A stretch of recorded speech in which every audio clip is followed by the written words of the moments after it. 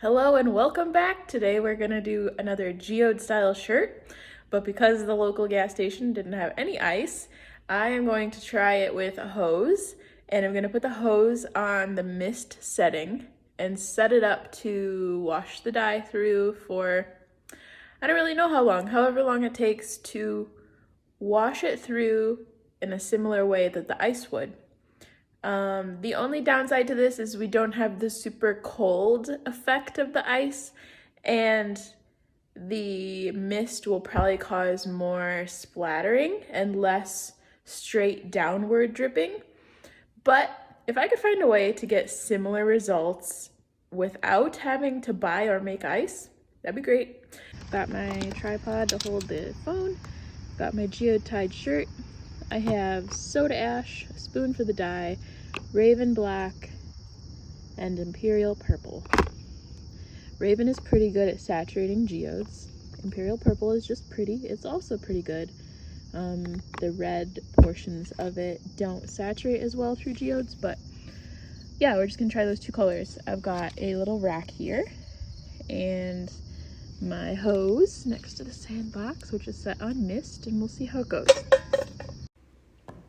Okay, I put this over a bin so that the dye wouldn't be going all over the driveway. I just sprinkled the dye onto the shirt and the soda ash. I did spritz it a little bit with the hose just so the dye and the soda ash would stick to the fabric.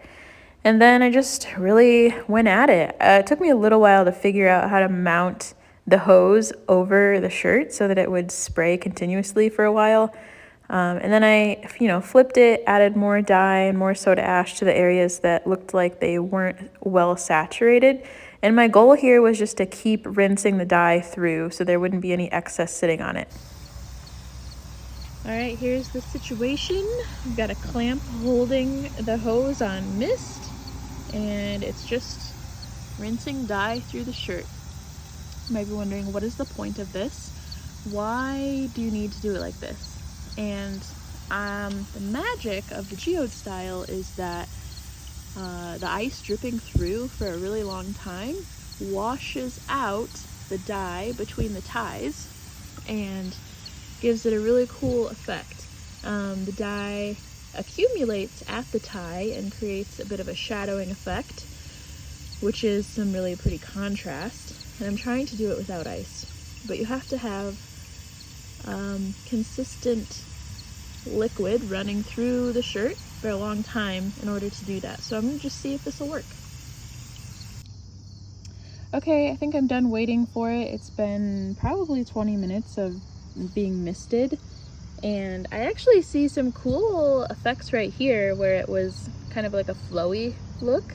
So that's interesting for further experimentation.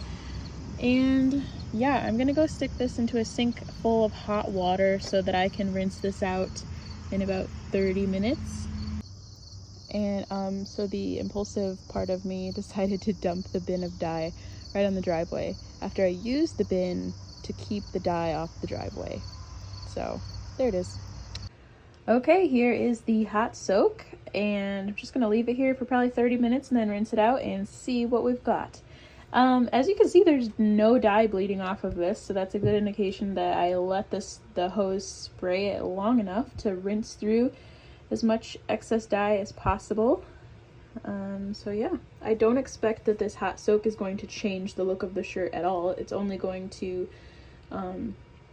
speed up the batch time so that the colors can set faster. Okay, here's the shirt. It looks pretty good. I'm a little irritated with myself that I didn't try this sooner. I've tried other like hot water irrigation methods and they didn't work out well, but I think further experimentation has produced some cool results. Let me flip this around so we can see the other side.